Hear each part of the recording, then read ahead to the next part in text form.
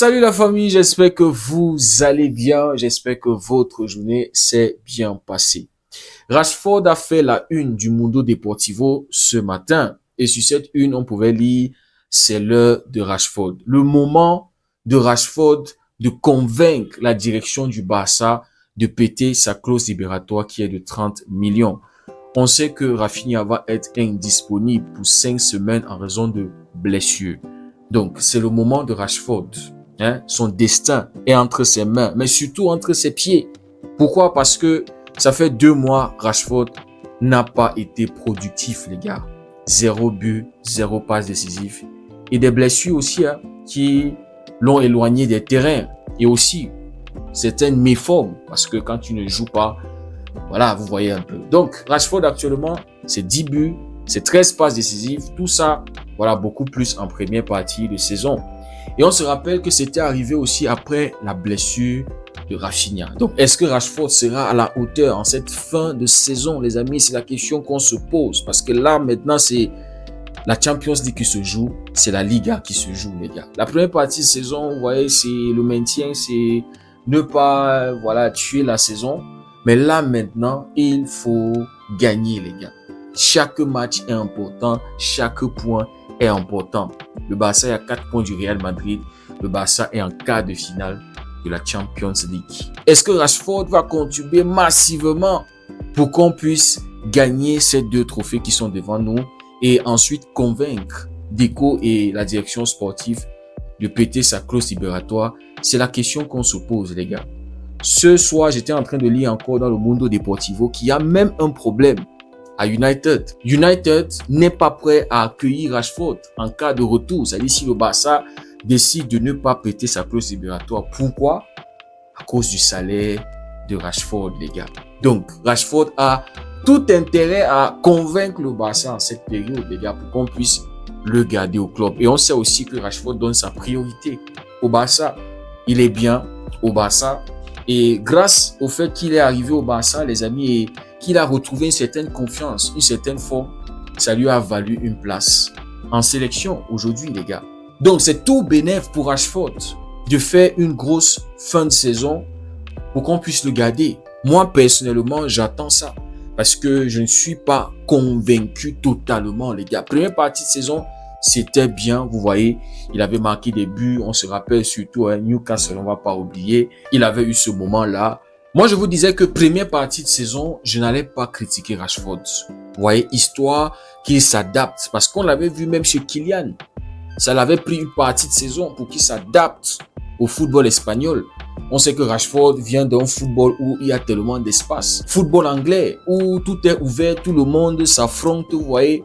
Il y a de l'espace et tu peux profiter de ces espaces. Contrairement en Espagne où il y a des blocs bas, il y a très peu d'espace, il faut être très technique, il faut, vous voyez, chercher, trouver des espaces. Donc, je vous avais dit, première partie de saison, moi, je vais pas taper sur Rashford. Mais les amis, cette deuxième partie de saison n'a pas été comme j'attendais. Je m'attendais à plus d'implication de Rashford, à un Rashford plus à l'aise, à un Rashford plus productif, les gars. Oui, parce que pourquoi est-ce qu'on a ramené Rashford? C'est pour apporter du danger du côté gauche de notre attaque. Parce que actuellement, côté droit, Lamine Yamal est là. Mais les amis, Lamine Yamal à lui tout seul n'est pas suffisant. Quand Yamal est sur haute sécurité, quand il est surveillé de très près, le Barça souffre. Il y a très peu de danger, il y a très peu de situations de but. Donc, on avait ramené un Rashford pour pouvoir détourner aussi, dévier ses attentions-là sur Lamine Yamal pour apporter aussi du danger côté gauche. Mais les amis, lors de cette deuxième partie de saison, Rashford n'a pas été là. Voilà, il a eu ce problème-là au genou et aussi il n'était pas en forme, donc anti-flic. Et on sait aussi que anti-flic est un peu sectaire. Voilà, on peut aussi attribuer ça aussi à anti-flic, le fait que anti-flic, lui, quand ces gars sont en santé, en fait, quand ils sont bien, s'ils étaient blessés et qu'ils reviennent de blessure, anti-flic va premièrement aller avec le premier choix, avec les Rafinha et consorts. Les gars qui avaient fait le triplé national la saison dernière, on le voit même avec Rooney Bardghji, qui est très peu impliqué, qui n'a joué que 600 minutes. Et tout récemment, même en sélection, il se plaignait de son temps de jeu, il n'était pas content. Donc tout ça, c'est le fait que Anti-Flick a ses gars sûrs. Et il va d'abord mourir avec eux, il va d'abord les titulariser. Et puisque, les amis, cette saison n'a pas été facile globalement pour le Barça, il y a cette pression-là pour les résultats. En fait, les attentes étaient très élevées après une saison dernière qui était vraiment spectaculaire où on n'attendait pas le Barça. Le Barça qui avait dépassé les expectations, dépassé les attentes.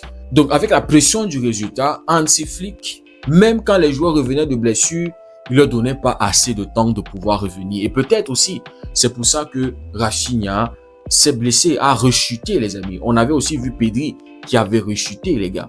Donc, deuxième partie de saison compliquée pour Rashford, des blessures. Rafinha qui était de retour, qui avait besoin de confiance, qui avait besoin de jouer. Mais voilà ça, Rafinha. Après la confiance qu'il avait retrouvée, 5 buts, 2 passes décisives lors de ses 3-4 derniers matchs. Mais le voilà, les amis, qui a rechuté. Donc, c'est le moment pour Rashford de convaincre, les amis. Moi, je m'attends à un très grand Rashford. Tout récemment, quand l'Angleterre a joué, on a vu quelques bonnes actions. Rashford était titulaire et il avait plutôt fait un bon match. On aura besoin de ça au Barça, les gars. Parce que samedi, il y a Atlético. Je ne sais pas si Rashford va être titulaire, mais je m'attends à ce qu'il soit titulaire. Et puis la semaine prochaine encore, Atlético. Après ça, je crois qu'on aura Espanyol, un truc comme ça. Et puis après, Atlético. Rashford, s'il veut absolument rester au Barça, c'est le moment pour lui, les gars. C'est le moment de convaincre. Parce que tout a été mis en pause. La direction du Barça veut voir est-ce que c'est important. Et en plus, c'est un joueur qui a un salaire considérable, les gars. Et on sait aussi que le Barça a ce problème de fair play financier. Réduit le fair play financier pour pouvoir signer plus de joueurs. Donc, c'est l'opportunité pour Rashford, avec l'absence de Rafinha, de terminer la saison en beauté, de peut-être remporter une Champions League avec le Barça, de donner cette 6e étoile au Barça qu'on attend depuis voici déjà 11 ans, les gars. Et aussi, de concrétiser en Liga. Donc, Rashford, son destin est entre ses mains, son destin est aussi entre ses pieds. Et aussi, les amis, ce week-end, on aura le retour des blessés, Koundé et Baldé, qui sont déjà en train de s'entraîner. Ça va être un problème de riche pour Hansi Flick parce que il y a certains joueurs à l'absence de ces deux-là. En fait, il y a 3. De Jong, lui, va revenir la semaine prochaine. Donc, il y a certains joueurs qui ont énormément progressé et qui ont convaincu pendant l'absence de ces gars-là. Cancelo, Maldini, Benal, les gars.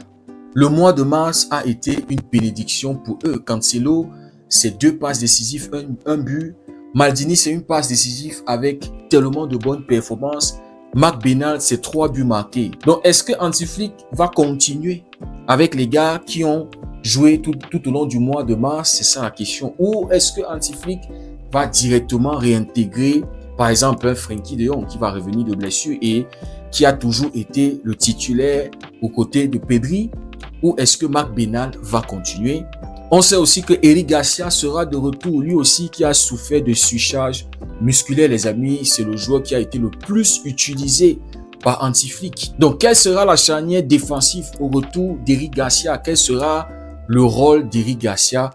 Problème de riche parce que actuellement, Gerard Maldini et Koubassi, ça fonctionne très bien. Il y a une très bonne entente. Maldini est en train de progresser.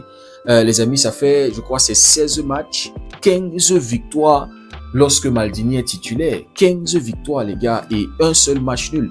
Ça veut dire on n'a pas perdu lorsque Maldini était titulaire en tant que défenseur.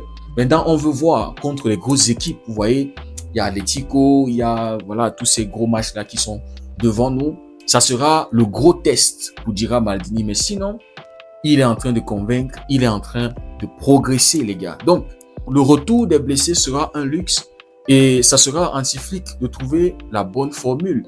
Mais les amis, de toutes les façons, c'est un plus pour l'équipe, c'est un boost pour l'équipe, les gars. De toutes les façons, on verra ce week-end quel sera le 11 entrant d'Hansi Flick. Mais je pense que il n'y aura pas de surprise. Ceux qui sont les plus en forme vont être titulaires. Ça sera une grosse erreur d'Hansi Flick d'intégrer un Baldé ou un Koundé qui revient de blessure. En tout cas, les amis, dites-moi ce que vous en pensez en commentaire. Rashford, comment vous voyez la situation? Et on sait aussi que le Barça est en train de suivre d'autres pistes en cas de d'échec de Rashford en cette fin de saison. Il y a le petit Yann Vigili, il y a le petit Victor Munoz, il y a Sheldrop qui est du côté de Benfica, qui sont des options moins chères Et aussi en termes de salaire, les gars. Et aussi en termes d'âge, ils sont plus jeunes qu'un Rashford. Donc, on verra tout ça en fin de saison, les amis. Quelle sera la décision finale prise par la direction du Barça? On espère juste que la bonne décision sera prise. J'attends vos commentaires. Si le contenu vous a plu, likez, partagez pour ceux qui découvrent cette communauté. N'hésitez surtout pas à nous rejoindre. Je donne toute ma force à la RDC qui va aller chercher une place qualificative pour la Coupe du Monde 52 ans plus tard. On va le faire. C'est un match de l'Afrique contre la Jamaïque. On se dit à très bientôt. Passez une belle soirée et que Dieu vous bénisse.